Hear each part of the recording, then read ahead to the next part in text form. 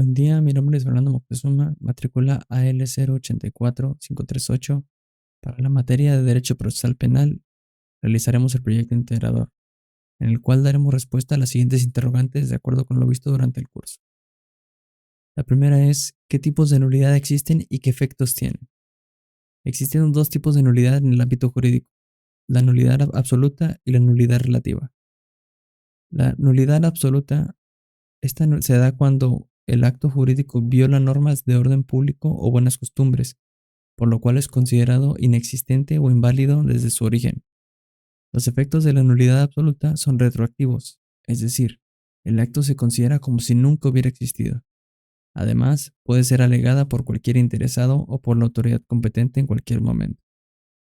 La nulidad relativa ocurre cuando el acto jurídico tiene vicios que afectan los intereses particulares de alguna de las partes, pero no al orden público. Los efectos de la nulidad relativa no son retroactivos, es decir, el acto produce efectos hasta que es declarado nulo. Solo puede ser invocada por las partes afectadas y dentro de un plazo determinado por la ley. El siguiente punto es, ¿cuáles son los tipos de prisión preventiva más comunes y sus excepciones? Los tipos de prisión preventiva más comunes son la justificada y la oficiosa. La justificada se ordena cuando existe riesgo de que el imputado se fugue, destruya pruebas, amenace a testigos o vuelva a cometer el mismo delito. Para dictarla, el juez debe considerar los antecedentes del imputado, la gravedad del delito y las circunstancias específicas del caso. En el caso de la oficiosa, es automática para ciertos delitos graves como homicidio doloso, violación, delincuencia organizada, entre otros. En estos casos no es necesario que el juez argumente la necesidad de la medida, simplemente se aplica por la gravedad del delito. Las excepciones entran en cuanto las personas acusadas de delitos menores, a menos que exista riesgo de fuga o de interferencia con el proceso judicial.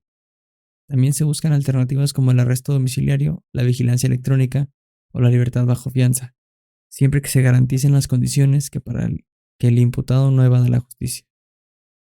Tercer punto es, menciona un ejemplo de delito culposo y cómo se podría solucionar sin llegar a juicio. Un ejemplo común de delito culposo es un accidente de tráfico donde un conductor por descuido o negligencia causa lesiones a otro.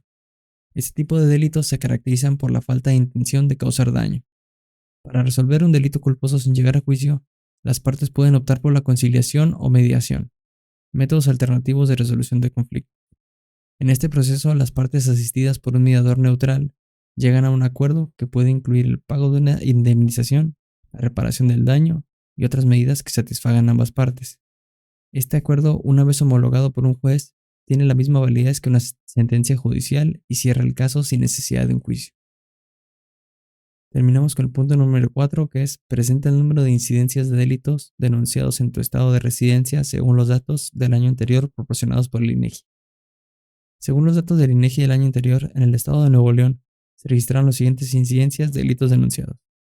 Para el caso de homicidio, se registraron 305 casos de homicidios dolosos en el primer trimestre de 2023, mostrando un aumento en comparación con el mismo periodo del año anterior. Para el robo, en varias modalidades mostró una disminución. Por ejemplo, el robo simple llegó a 925 eventos, mientras que el robo al negocio tuvo 386 incidentes y el robo a transeúntes acumuló 425 casos. Para la violencia familiar hubo un pequeño incremento con 5.083 denuncias, en las cuales un 14% más en comparación del año anterior, el 2022. De los delitos sexuales, la información específica sobre el número exacto no se detalló en la fuente del INEGI, pero se ha reconocido un aumento general en estos casos en los últimos años en la región. Esta información refleja la situación de seguridad y la incidencia de los delitos en el Estado, y es fundamental para desarrollar políticas públicas y estrategias de la prevención del delito.